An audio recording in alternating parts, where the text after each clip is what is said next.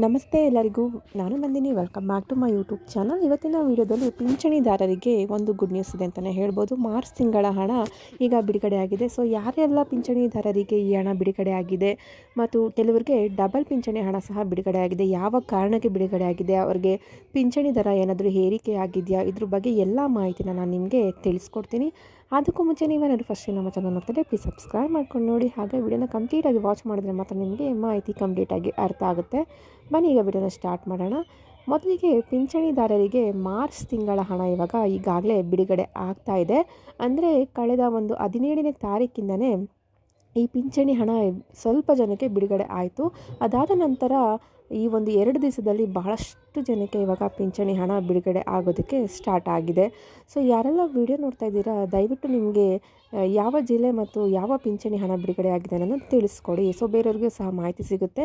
ನಮಗೆ ಸಿಕ್ಕಂಥ ಮಾಹಿತಿಗಳ ಪ್ರಕಾರ ಇವಾಗ ಆಲ್ರೆಡಿ ಎಲ್ಲ ಒಂದು ಪಿಂಚಣಿ ಅಂದರೆ ವಿಧವಾ ವೇತನ ಆಗಿರ್ಬೋದು, ಮನಸ್ವಿನಿ ಆಗಿರ್ಬೋದು, ಸಂಧ್ಯಾ ಸುರಕ್ಷಾ ಆಗಿರ್ಬೋದು, ಅಂಗವಿಕಲಚೇತನ ಆಗಿರುವಂಥ ಪೆನ್ಷನ್ ಆಗಿರ್ಬೋದು, ಎಲ್ಲ ಒಂದು ಪಿಂಚಣಿ ಹಣನೂ ಸಹ ಇವಾಗ ಸರ್ಕಾರ ಬಿಡುಗಡೆ ಮಾಡ್ತಾ ಇದೆ.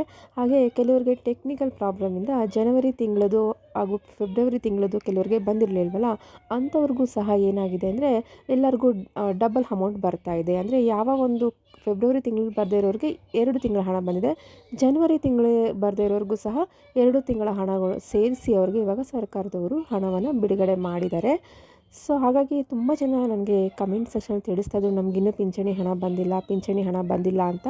ಸೊ ನಾನೊಂದು ಹೇಳೋದೇನು ಅಂದರೆ, ಮೊದಲೆಲ್ಲ 1ನೇ ತಾರೀಕಿಂದ 10ನೇ ತಾರೀಕು ಒಳಗಡೆ ಹಾಕ್ತಾಯಿದ್ರು. ಆದರೆ ಇವಾಗ ಇದು ಏನು ಒಂದು ಪ್ರೋಸೆಸ್ ಇತ್ತಲ್ಲ ಅದನ್ನು ಚೇಂಜ್ ಮಾಡಿದ್ದಾರೆ ಸರ್ಕಾರದವರು. ಇವಾಗ 11ನೇ ತಾರೀಕಿಂದ 20ನೇ ತಾರೀಕಿನ ಒಳಗಡೆ ಈ ಒಂದು ಪಿಂಚಣಿ ಹಣ ಬಿಡುಗಡೆ ಆಗುತ್ತೆ. ಪ್ರತಿ ತಿಂಗಳು ಸಹ ಇನ್ಮೇಲೆ 11ನೇ ತಾರೀಕಿಂದ 20ನೇ ತಾರೀಕು ಒಳಗಡೆ ನಿಮಗೆ ಪಿಂಚಣಿ ಹಣ ಬಿಡುಗಡೆ ಆಗುತ್ತೆ.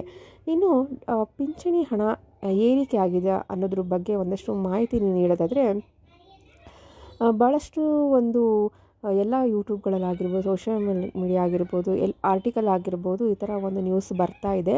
ಈ ರೀತಿಯಾಗಿ ಪಿಂಚಣಿ ಹಣನ ನಾವು ಜಾಸ್ತಿ ಮಾಡ್ತಿದ್ದಾರೆ ಸರ್ಕಾರದವರು ಅಂತ ಹೇಳ್ತಾ ಇದ್ದಾರೆ. ಆದರೆ ಒಂದು ನಮಗೆ ಸಿಕ್ಕಂಥ ಮಾಹಿತಿ ಪ್ರಕಾರ ಸರ್ಕಾರದಿಂದ ಇನ್ನೂ ಅಧಿಕೃತವಾದಂಥ ಮಾಹಿತಿ ನಮಗೆ ಯಾವುದೇ ಸಿಕ್ಕಿಲ್ಲ.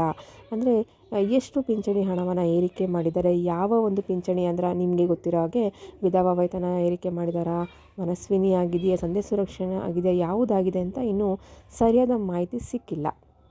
ಆದರೆ ಕೆಲವೊಂದಷ್ಟು ನ್ಯೂಸ್ ಪೇಪರ್ ಆಗಿರ್ಬೋದು, ಆರ್ಟಿಕಲ್ಸ್ ಆಗಿರ್ಬೋದು, ಸೋಷಿಯಲ್ ಮೀಡಿಯಾದಲ್ಲಿ ಈ ವಿಧವಾ ವೇತನದನ್ನು ಜಾಸ್ತಿ ಮಾಡಿದ್ದಾರೆ ಅನ್ನೋ ಒಂದು ಮಾಹಿತಿ ಸಿಕ್ಕಿದೆ ಅಷ್ಟೇ. ಆದರೆ ನಮಗೆ ಸರ್ಕಾರದಿಂದ ಅಧಿಕೃತವಾಗಿ ಮಾಹಿತಿ ಸಿಕ್ಕ ನಂತರ ನಾನು ನಿಮಗೆ ಮತ್ತೆ ಎಷ್ಟು ಹಣವನ್ನು ಜಾಸ್ತಿ ಮಾಡಿದ್ದಾರೆ, ಹಾಗೆ ಯಾವಾಗಿಂದ ಈ ಒಂದು ಹಣ ಬಿಡುಗಡೆ ಆಗುತ್ತೆ, ಎಲ್ಲರಿಗೂ ಸಿಗುತ್ತೆ ಅನ್ನೋದನ್ನು ನಾನು ವಿಡಿಯೋ ಮಾಡಿ ನಿಮಗೆ ತಿಳಿಸ್ಕೊಡ್ತೀನಿ. ಆದರೆ ಇವಾಗಿರೋ ಒಂದಷ್ಟು ಗುಡ್ ನ್ಯೂಸ್ ಏನಪ್ಪ ಅಂದರೆ, ಇವಾಗ ಮಾರ್ಚ್ ತಿಂಗಳ ಹಣ ಎಲ್ಲರ ಒಂದು ಖಾತೆಗಳಿಗೆ ಬಿಡುಗಡೆ ಆಗಿದೆ. ಸೊ ಯಾರಿಗೆಲ್ಲ ಕರೆಕ್ಟಾಗಿ ಪ್ರತಿ ತಿಂಗಳು ಪಡ್ಕೊತಿದ್ದೀರೋ ಅವ್ರಿಗೆಲ್ಲ ಏನೂ ಪ್ರಾಬ್ಲಮ್ ಇಲ್ಲ. 1-2 ತಿಂಗಳು ಹೆಚ್ಚು ಕಮ್ಮಿ ಆದರೆ ಅದು ಸರ್ಕಾರದೇ ಪ್ರಾಬ್ಲಮ್ ಆಗಿರುತ್ತೆ. ಟೆಕ್ನಿಕಲ್ ಪ್ರಾಬ್ಲಮಿಂದ ಅವರು ಈ ರೀತಿ ಡಬಲ್ 2 ತಿಂಗಳ ಒಂದು ಹಣವನ್ನು ಬಿಡುಗಡೆ ಮಾಡಿರ್ತಾರೆ. ಆದರೆ 4-5 ತಿಂಗಳಾಗಿರ್ಬೋದು, 6 ತಿಂಗಳಿಂದ ಪಿಂಚಣಿ ಹಣ ನೀವು ಬಿಡುಗಡೆ ಅಂದರೆ ಸಿಕ್ಕಿಲ್ಲ ಅಂದರೆ ಏನಪ್ಪ ಮಾಡಬೇಕು ಅಂದರೆ, ನಿಮ್ಮ ಒಂದು ಆಧಾರ್ ಕಾರ್ಡ್ ಆಗಿರ್ಬೋದು ಮತ್ತು ನಿಮ್ಮ ಒಂದು ಬ್ಯಾಂಕಲ್ಲಿ ಏನು ಹೆಸರು ಕೊಟ್ಟಿರ್ತೀರ ಅದೆಲ್ಲ ಸೇಮ್ ಇದೆಯಾ ಅನ್ನೋದು ಚೆಕ್ ಮಾಡ್ಕೋಬೇಕಾಗುತ್ತೆ. ಹಾಗೆ ನಿಮ್ಮ ಒಂದು ಆಧಾರ್ ಸೀಡಿಂಗ್ ಆಗಿದೆಯಾ, ನಿಮ್ಮ ಒಂದು ಬ್ಯಾಂಕ್ ಅಕೌಂಟ್ಗೆ ಆಧಾರ್ ಸೀಡಿಂಗ್ ಆಗಿದೆಯಾ ಅನ್ನೋದನ್ನು ನೀವು ಚೆಕ್ ಮಾಡ್ಕೋಬೇಕಾಗುತ್ತೆ.